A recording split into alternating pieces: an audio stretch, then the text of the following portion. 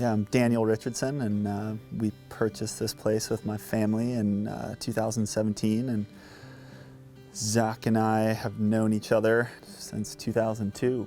Coming in and just doing some rotational grazing and some other techniques and perennializing and just breaking it up into different systems that are better utilized at different times of the year. Just seeing the changes that we've made with fencing and animals and just managing has been really stark.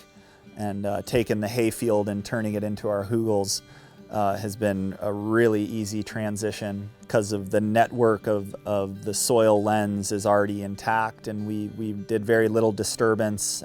The functionality of transitioning from a really productive hayfield into hemp production on a long-term scale has been really a fun project.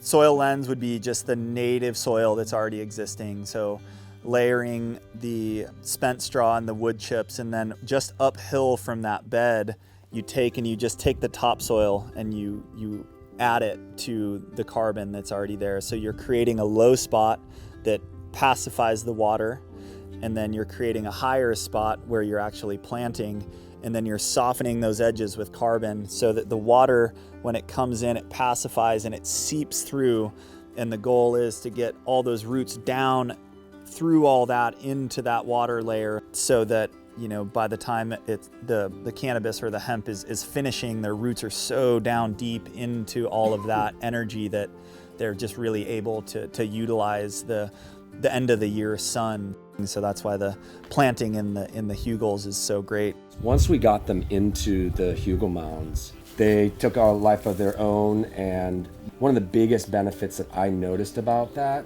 was our ability to dry farm them for 2 months during flowering.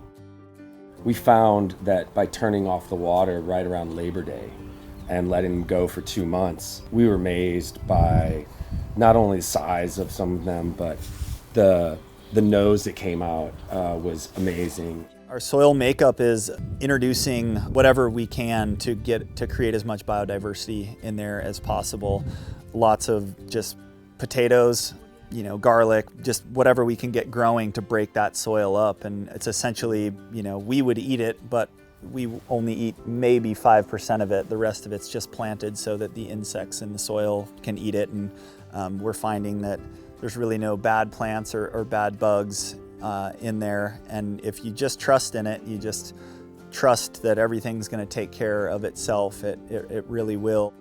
Just starting a bunch of projects essentially and then tending to them is kind of what we do. So it's been a great journey of learning about the land. Just so blessed to have a canvas like this with so many opportunities to play with, and so yeah.